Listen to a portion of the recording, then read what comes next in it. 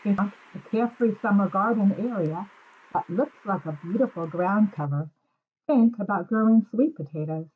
They quickly sprawl out to cover the entire space, crowding out any weeds that may crop up. Diseases don't bother them, insects ignore them, and every part of the plant is edible. Some people boil the leaves like spinach, but it is the big orange tubers that will get your family through the winter. The most challenging part of growing sweet potatoes is cutting the tubers so that each plant can get a good start. Divide up the roots when possible between plants. Give those buds that don't have roots larger sections of tuber. But the great thing about sweet potatoes is that even the smallest piece of tuber will give the plant enough energy to develop its own roots. The plant. You can take turns working and watching the video. When it is your turn to work, you can continue to listen, but be prepared to stop and move to the next center in 15 minutes.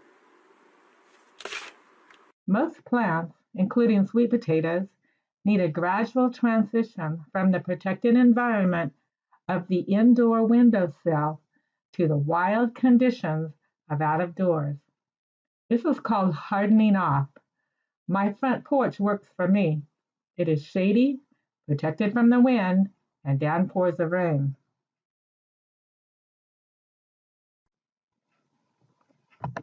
The first day you take your plants outside will be stressful for them.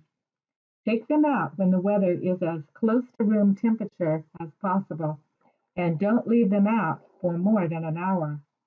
Over the next few days, if the weather is nice, you can gradually increase their time outside. Whenever possible, avoid leaving them out during extreme temperatures. But the last few days before planting, they need to be outside both day and night. Sweet potatoes need 100 days of hot, hot weather. May can be cool here, so hold off planting sweet potatoes until June. The longer you wait to harvest, the bigger they will get. So wait until the day before the first frost to harvest. If you plan to plant your sweet potato plant in the ground, you might look around for some oxeye daisy plants or common sorrel weeds. These weeds thrive in conditions similar to those preferred by sweet potatoes: loose, well-drained, acid soil. You can plant one or several sweet potato plants in a pot, but in either case, you will most likely get the same number of sweet potatoes. If you decide to grow your sweet potatoes in a pot or grow bag, make sure there are drainage holes in the bottom.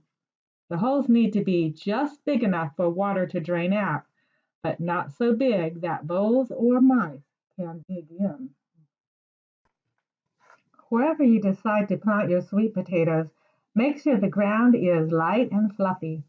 Adding compost, sand, peat moss, straw, and or leaf mold to your soil will enable the roots and the sweet potatoes to grow freely. You really don't need to add fertilizer.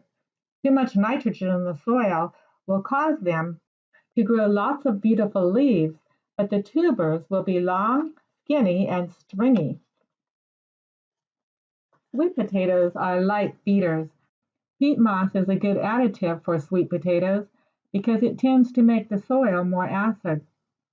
When in doubt about what to add to your soil for sweet potatoes, just add sand. Drainage is really important for sweet potatoes. If they are allowed to sit in damp soil, they will rot in the ground. If your only choice is to plant on flat ground, dig a trench and pile the dirt up beside it. Plant on top of the mound. Mulch not only helps keep out weeds, it keeps the soil from drying out. Black plastic mulch helps to warm up the soil. If you plan to use black plastic, lay it out 2 weeks before planting to help warm up the soil. Then, at 1 foot to 18-inch intervals, cut X's in the plastic. Fold back the corners and ease your plant into the warm soil. Keep track of how much rain you get each week. If you get less than an inch of rain, then you will need to water. Some plants need to be watered several times a week in hot weather, but sweet potatoes do fine with just an inch a week, no matter how hot it gets. It's dry on. It's best to dig sweet potatoes on a dry, overcast day, or at least shade the unearthed roots from the direct sun. Dig down well away from the plant to avoid chopping up your harvest, and gradually work your way in. Let the potatoes dry on the ground for a couple of hours. Don't wash the potatoes after harvest either. Sort any badly cut or bruised potatoes to eat first.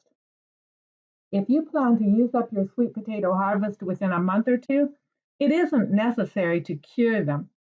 Simply air dry them for 7 to 10 days at 75 to 80 degrees Fahrenheit. For long-term storage, however, sweet potatoes should be cured at 90 degrees Fahrenheit and 85% humidity for 5 to 7 days. For most of the summer, after planting, you can just ignore sweet potatoes unless it's dry and you need to water. Bugs don't bother them very much, and I haven't had a problem with fungus, although it is a possibility. If you have voles in your garden, however, sweet potatoes are an underground treat. This year I'm putting ashes in all of my vole holes in hopes of finally getting rid of them. How can something so cute be such a pest? Let's review. A couple of weeks before planting, let your sweet potato plants gradually get used to being outside. Give them loose, slightly acidic soil that has good drainage. Make sure that they get at least an inch of water a week.